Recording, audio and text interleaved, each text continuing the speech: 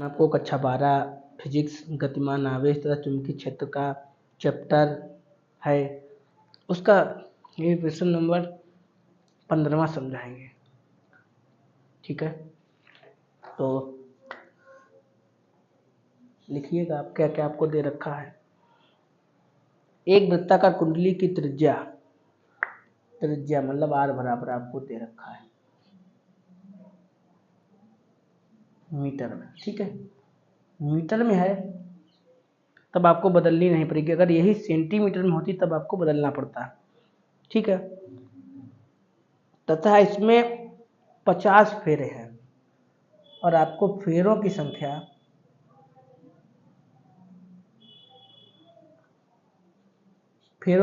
आपको 50 दे रखी है। जब से चुंबकीय मयोत्तर के लंबवत रखकर इसमें वैद्युत धारा प्रवाहित की जाती है। तो कुंडली आपकी किस प्रकार की है।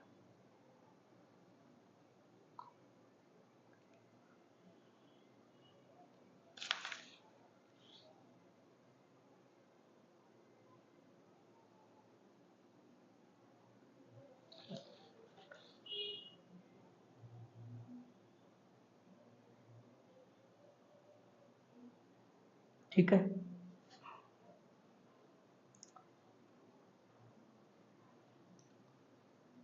ये वाली जो है ना, ये उत्तर दिशा है। ठीक है,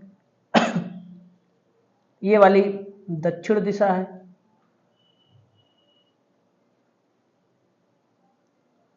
ये वाली पूरब दिशा है। ये वाली पश्चिम दिशा है।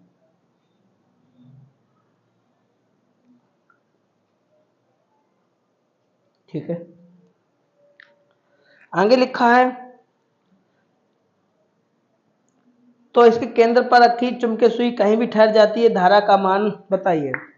और धारा का मान आपको बताना है। आपको BH बराबर दे रखा है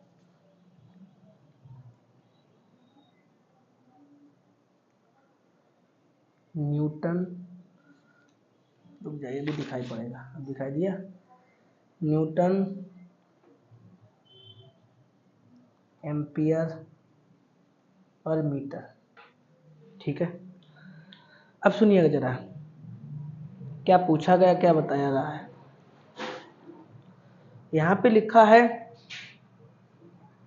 कि केंद्र पर चुंबकीय सुई रखी है और वो चुंबकीय सुई ना वो कहीं भी ठहर जाती है। इसका मतलब क्या हुआ? इसका मतलब ये हुआ कि केंद्र पर कुल चुंबकीय क्षेत्र का मान 0 आ रहा होगा, जैसे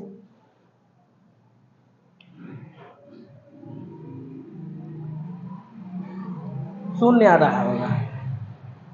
ठीक है, अच्छा देखो, केंद्र पर तो BH है, इधर आ रहा है, ये आपका BH है, ये क्षैतिज घटक है। क्या है? क्षैतिज घटक। अच्छा, फिर चुंबकीय क्षैतिज घटक है। इस कुंडली को में धारा इस प्रकार प्रवाहित होगी, जब इस ये कुंडली है ना, इस कुंडली में धारा इस प्रकार प्रवाहित होगी कि BH धारा 0 हो जाए, मतलब इस प्रकार प्रवाहित होगी। ये जो BH है ना, ये आपका BH है।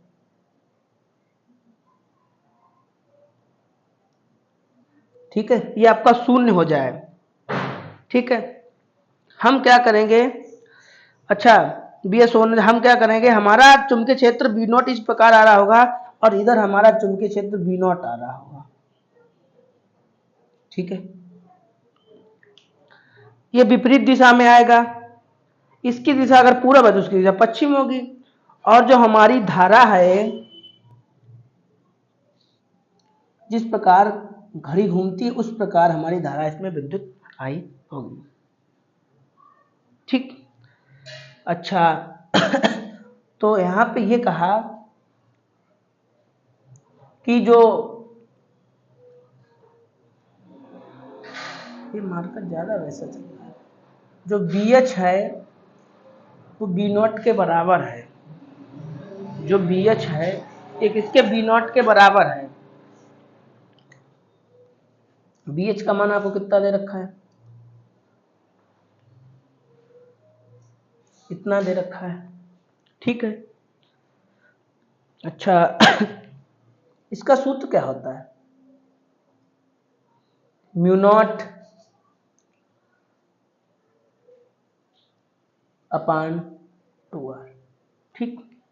इतना समझ गए, इतने में कोई दिक्कत नहीं होगी। इसे ऐसे लिख लो, म्यू नॉट की जगह पे आप क्या लिख सकते हैं, म्यू नॉट की जगह पे आप 4 पाई गुणे 10 की पावर -7 लिख सकते हैं, तो वही लिखो, कोई दिक्कत। फेरों की संख्या कितनी है, 85 लिखा है, और विद्युत धारा आई तो आपको पता करना है। अच्छा 2 तो ऐसे लिख लें, आर का मान कितना है 0.25, ठीक है, कोई दिक्कत। इसे तो ऐसे ही लिख लो,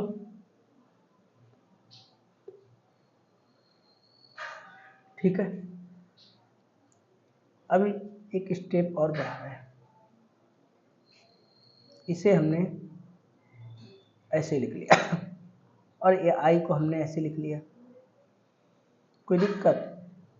और इसे हमने ऐसे लिखा, कोई दिक्कत। ये जीरो लिख लो भाई इसका, नहीं तो भूल जाओ, गड़बड़ हो जाएगा पूरा। ये दशमलव हटाया, ये दशमलव हटाया, तो 2 संख्या है तो 2 जीरो बढ़ा ले, कोई दिक्कत, कोई दिक्कत नहीं। अच्छा थोड़ा काट पीट लें, एक स्टेप बढ़ा दें फिर काटें,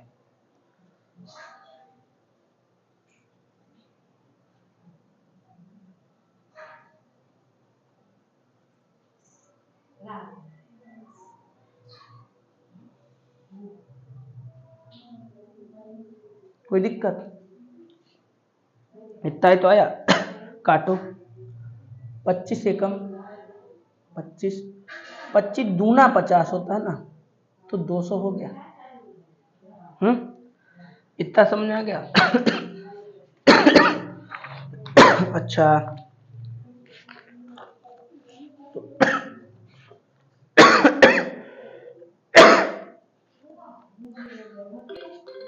इसे तो ऐसे ही लिख लो, इसे तो ऐसे ही लिख लो,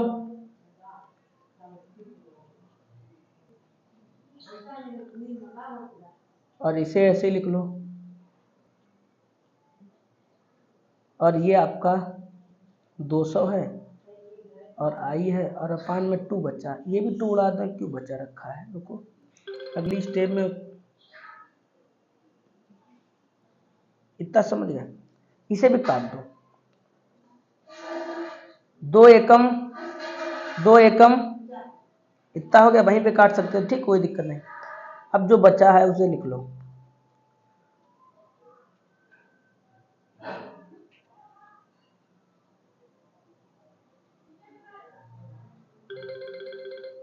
ठीक है, इसे ऐसे लिख लो। और अगर हम इसे थोड़ा ऐसे लिख लें तो कोई दिक्कत, 10 की पावर 2, भाई 2 जीरो है ना, तो 2 जीरो को ऐसे लिख लें और आई को ऐसे लिख लिया, कोई दिक्कत। लिख क्यों लिया, क्योंकि हम थोड़ा सरल कर लें, ठीक।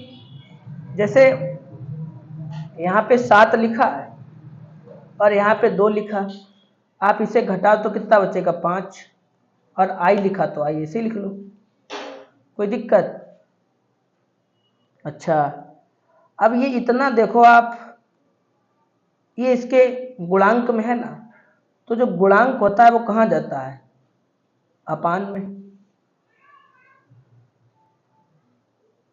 अपान में आ गया, कोई दिक्कत। इतना समझ गए। अच्छा अब 4 तो ऐसे लिख लो, पाई का मान कितना होता है 3.14 और 10 की पावर 5 और आई इतना ठीक है। अच्छा ये दशमलव हटाया, ये दशमलव हटाया, तो देखो दशमलव बाद यहाँ पे एक संख्या है, यहाँ पे एक है, तो एक जीरो बढ़ेगा, बढ़ेगा, ठीक। अच्छा फिर कितना हो गया आपका, ऊपर 30 हो गया, नीचे कितना हो गया 4, और ये 10 की पावर 4 है, ये 10 की पावर 5 ऊपर जाएगा तो प्लस का हो जाएगा, तो ये पावर ऊपर जाएगी प्लस की हो जाएगी, इधर आपकी क्या चल रही है आई। अच्छा घटाओ आप इसमें से, 10 की पावर 4 है, 10 की पावर 5 है, 10 की पावर 1 बचेगी, और इसे आप ऐसे लिख लो, कोई दिक्कत, सवाल बड़ा है भाई, ठीक है। अच्छा इतना हो गया। अगर हम इस मान लो 10 आई है, इसका इसमें गुणा करोगे 300 हो जाएगा, और अपान में ये लिखा ही है, कोई दिक्कत। अब इसका गुणा कर लो, इसे सीधा करके लिख लो पहले, तो 4 चक्कू 16 की 6 हासिल लगा 1, 4 चक्कू 16 की 6 हासिल लगा 1, 4 एकम 4 एक 5 और 4 तीन 12। आप इसका इसमें भाग दीजिए, जितना आएगा उतना ही आपका आंसर हो जाएगा, ठीक है।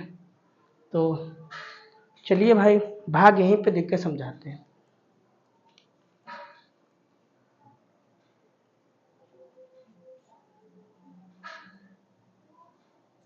ठीक है, आपको इसका इसमें भाग देना है, तो भाग तो मुमकिन बात है जाएगा नहीं, जब भाग नहीं जाएगा तो जीरो बढ़ा, पॉइंट लगा, जीरो बढ़ा लो, अब तो जाएगा।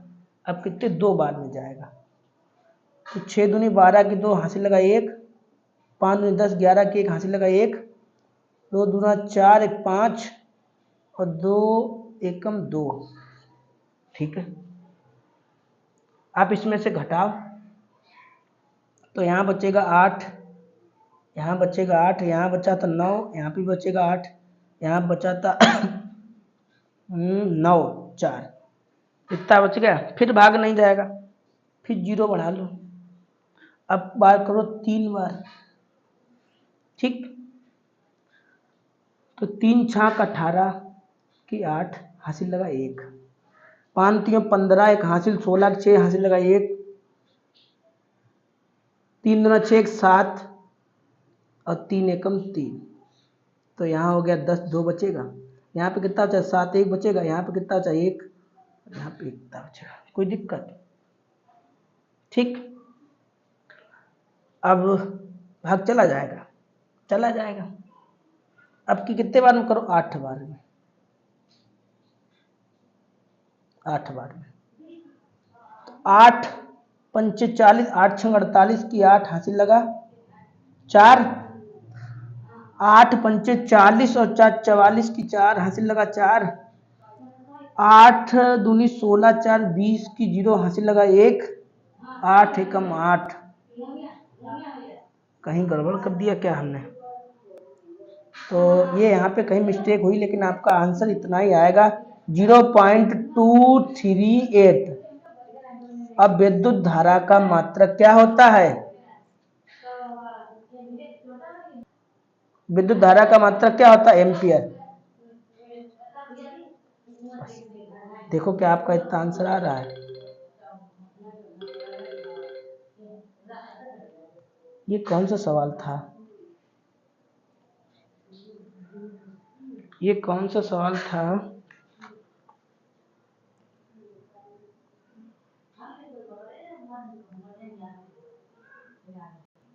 ठीक है।